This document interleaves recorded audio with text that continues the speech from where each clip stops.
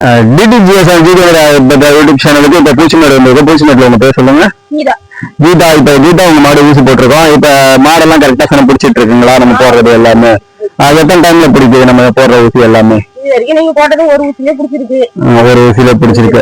இப்ப இவங்க சொல்றாங்க இவங்க நம்ம போட்டது எல்லாமே ஒரு ஊசியில பிடிச்சிருக்கு அப்படிங்கிற மாதிரி இப்ப சொல்றாங்க. இது கண்ணுக்குட்டி நல்லா இருக்கா? தரமா இருக்குங்களா? சன பிடிக்கலன்னு சொல்லி எதுவும் பிரச்சனை இருக்குங்களா? அந்த மாதிரி எதுவும் இல்ல. இப்ப சன பிடிக்கல அப்படிங்கிற மாதிரி பிரச்சனை எல்லாம் எதுவும் இல்ல அப்படிங்கிற மாதிரி சொல்றாங்க. கரெக்டா சன பிடிச்சிட்டு இருக்குங்கிறாங்க. இப்ப தண்ணி தீவன எல்லாமே நீங்க தான் வச்சுருப்பீங்களா? உங்க வீட்டுக்காரங்க எல்லாம் சேர்ந்து வைப்பீங்களா மாட்டுக்கு? ரெண்டு பேரும் சேர்ந்து வச்சுக்கோங்க. இப்ப இவங்க ஃபேமிலியோட இந்த மாடு எல்லாமே பாத்துட்டு இருக்காங்க. கரெக்டா சனம் பிடிச்சி கண்ணு போட்டுட்டு இருக்கு. நல்லா இருக்கு. இதை யூடியூப்ல போட்டுக்கலாமா? யூடியூப்ல போட்டுக்கலாம்னு சொல்றாங்க. தேங்க்ஸ் ஃபார் வாட்சிங். தேங்க்ஸ்.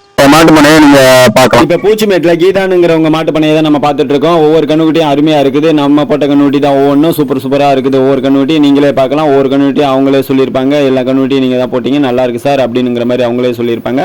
அது மட்டும் இல்லாம இந்த கண்ணுக்குட்டிகளுக்காண்டி நம்ம என்ன பண்றோம் அப்படின்னா, கறவை மாடு வளர்ப்பு புத்தகத்துல இருந்து கிடேரி பராமரிப்பு அப்படிங்கிற ஒரு சாப்டர் எடுத்து அவங்களுக்காண்டி நம்ம ஒரு வீடியோ போடலாம் அப்படிங்கிற மாதிரி நம்ம முடிவு பண்ணியிருக்கோம். அதுல வந்து பாத்தீங்கன்னா கறவை மாடு வளர்ப்புல என்ன சொல்லியிருக்காங்கன்னா, கோடை காலங்களில் கிடேரியின் வளர்ச்சி தீவன பற்றாக்குறையினால் அதிகம் பாதிக்கப்படுகிறது அப்படிங்கிற மாதிரி சொல்லியிருக்காங்க. இந்த நாட்களில் புரதம் நிறைந்த பசும்புல்ல அதிகமா அளிக்கணும் அப்படிங்கிற மாதிரி சொல்லியிருக்காங்க.